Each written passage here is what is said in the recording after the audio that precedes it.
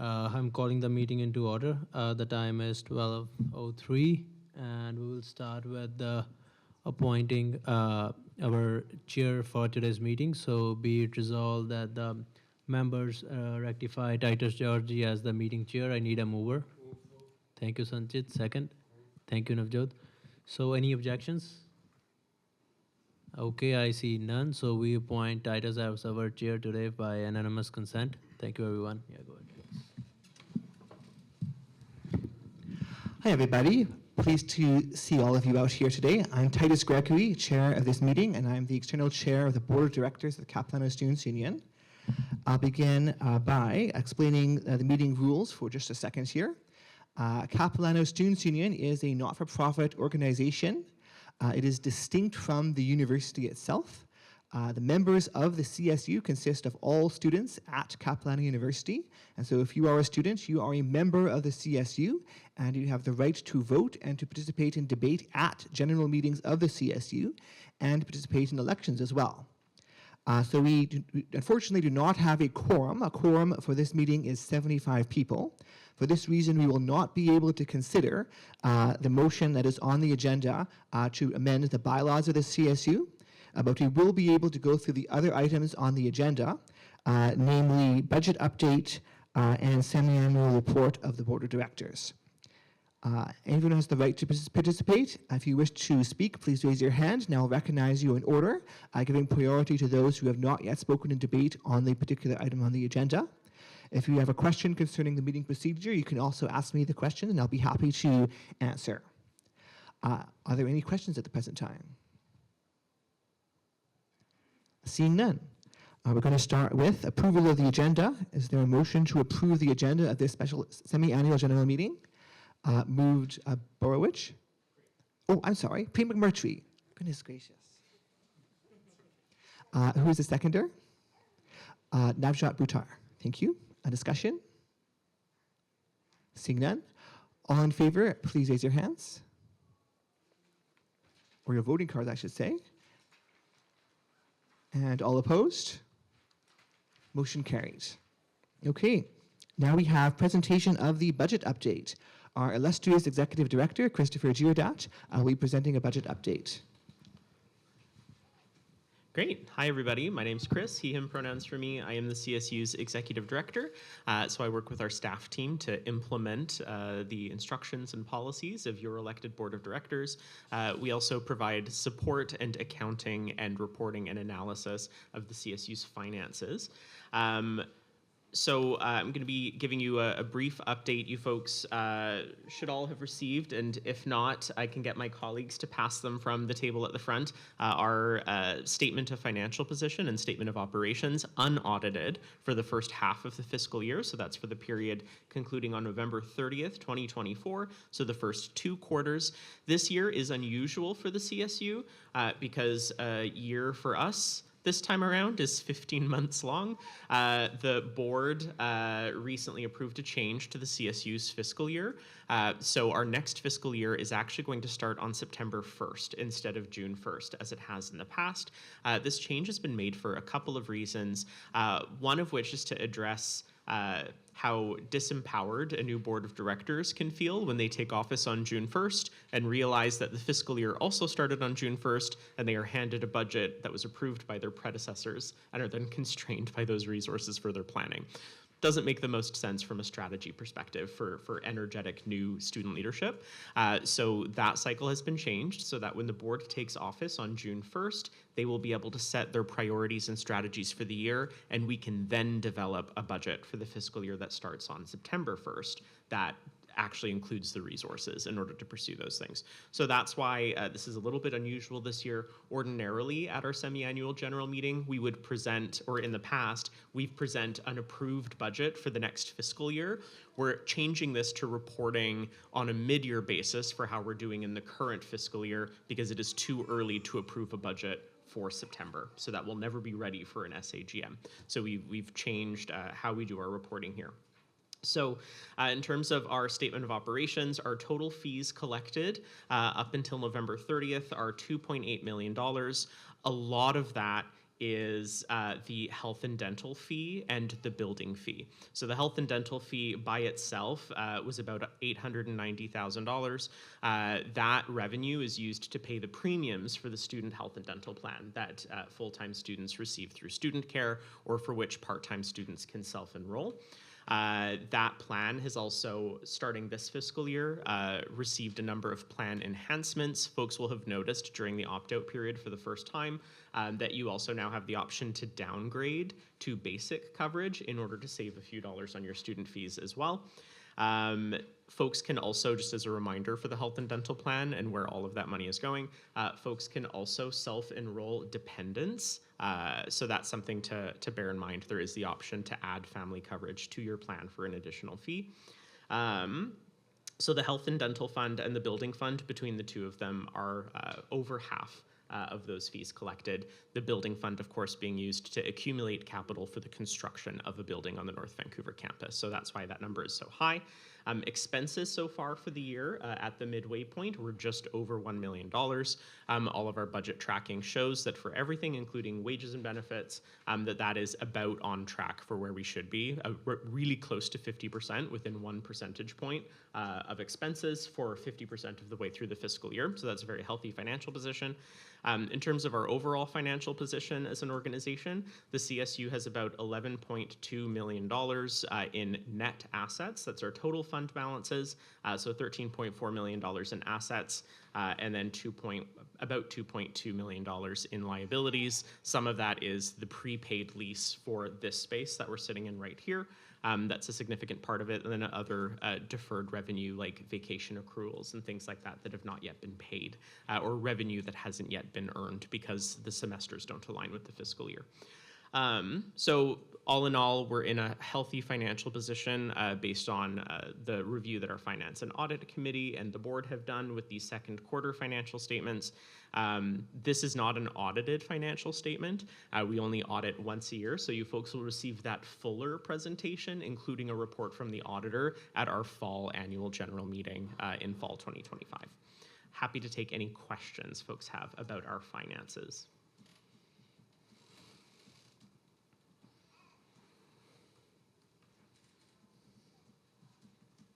Okay. If folks have questions that they're not comfortable asking in front of the group, you are also very welcome to approach the table after the meeting has ended, and I'll chat with you one-on-one. Okay, thank you very much. Next, we have a very swanky midterm report to the membership, 2024 to 2025, for your review.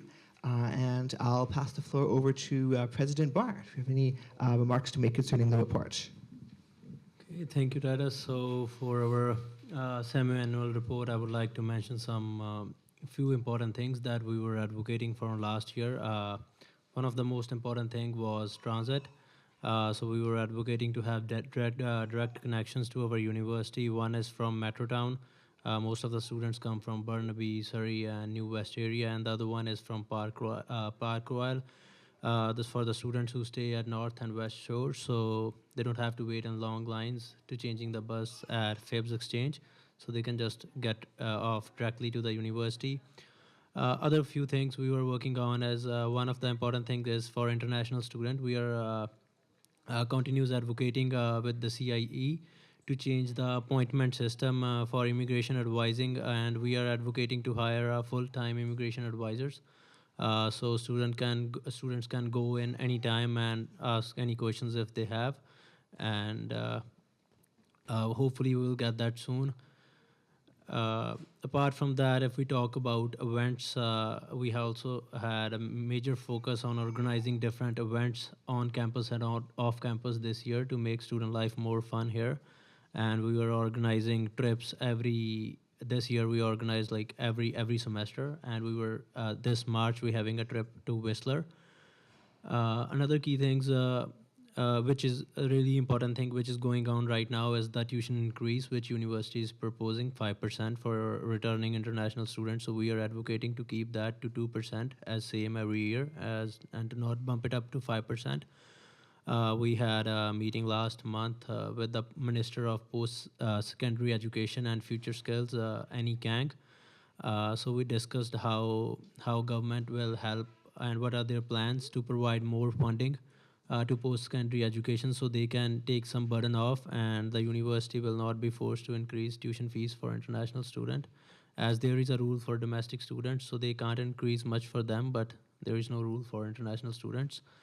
So we had like around 300 signatures and survey responses from students, so we can put it in front of the university and we can advocate, okay, this is how students are feeling about the increase and why we should stop this and how this can affect student life. That's the major update. Another thing which got improved this year is our health and dental plan. With the same price students were paying last year, we were getting much better benefits this year, improved one with the same plan. So most of the students don't use these dental plans, and I sometimes students reach out to me like how we can use this or why this is important. So anyone can opt out from that plan, but I would really encourage students to use that, because you guys are paying for that. You can use it for your prescription glasses. You can use it for your dental. It's like $750 every year, and other you can use it for your medications and all. Yeah, that's all from my side for our report. Anyone have any questions? I'm happy to take. Any questions? Not a question. I do just want to review a couple of numbers with the membership as well. We did support 119 individual students with student rights office cases this year. So those are student appeals to do with things like final grades, being required to withdraw, occasionally non-academic conduct as well. The biggest areas that we are seeing in growth of student appeals are in required to withdraw appeals. So about 7% of the student population at any given time is on academic probation, and the number of students at the end of each semester who are being required to withdraw as a result of having a cumulative GPA of less than 1.59 is about 3% per semester right now, so in the 200s. There is an appeal process that involves preparing an appeal statement with support from our student rights office as well, in order to make sure that folks can avoid some common mistakes that might result in an appeal being rejected. But that's a very quickly growing area of appeals. The vast majority of those appeals, this is where we get into some intersections with the advocacy that we're doing. The vast majority of these student appeals are international students. It's over 90% of the required to withdraws that are issued by the university.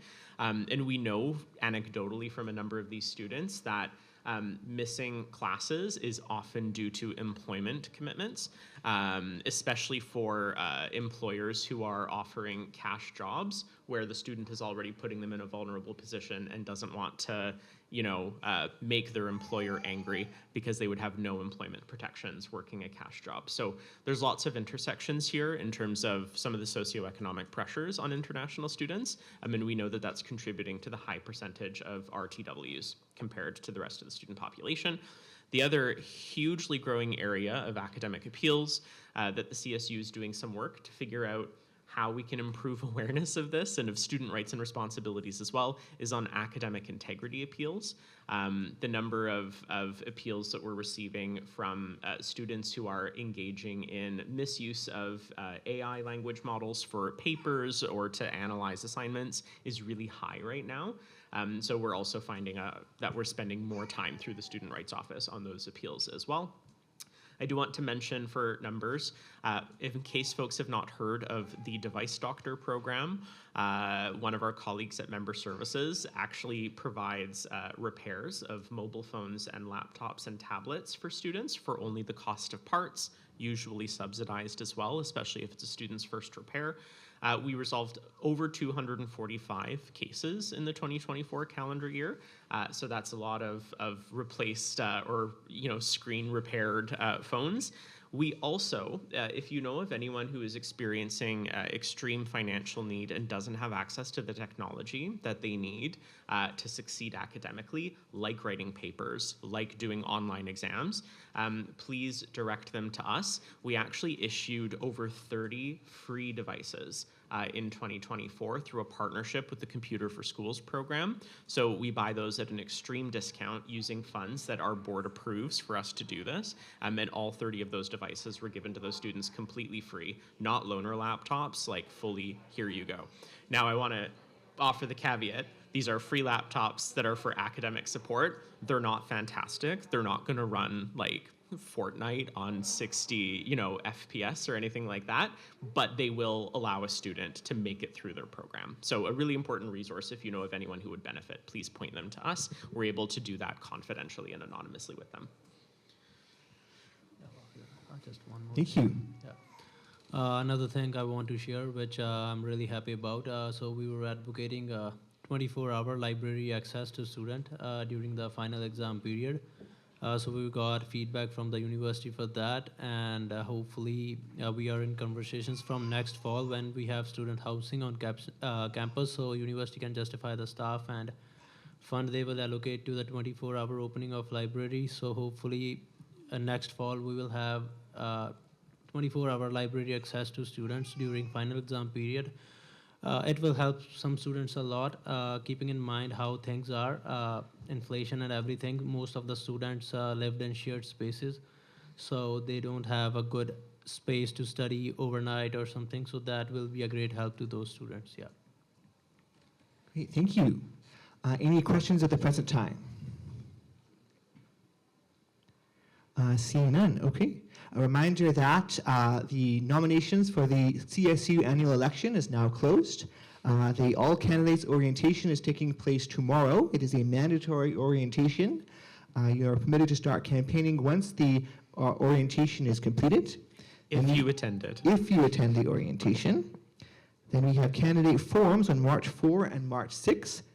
And the voting period takes place on March 11, March 12, and March 13. And it's taking place this year in person. Mm-hmm. Yes?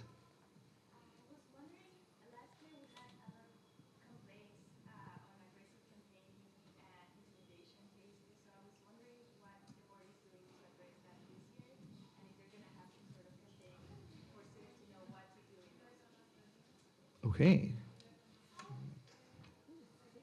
She said, Do we have an answer?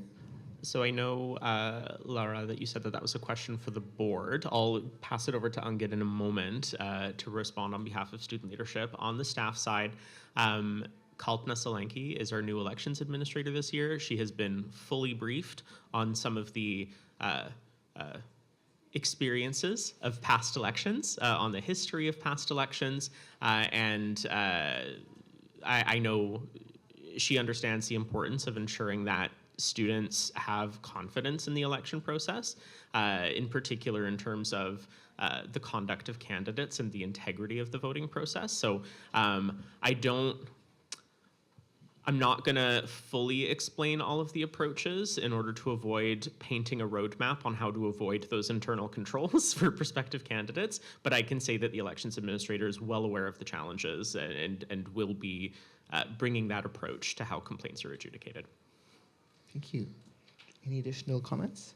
Yeah, so I also want to mention to make the situation better for students during the campaign period. So this time campaign is not allowed, will not be allowed during the voting periods, and not even in-class campaigns will not be allowed. So that will make a huge difference, I think.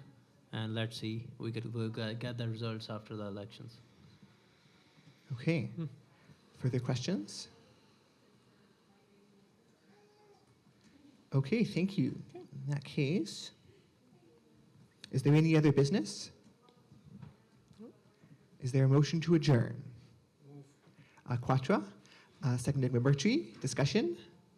Go to a vote. All in favor, please raise your voting cards. All opposed? Motion carries. Thank you, everybody, for participating in the democratic process.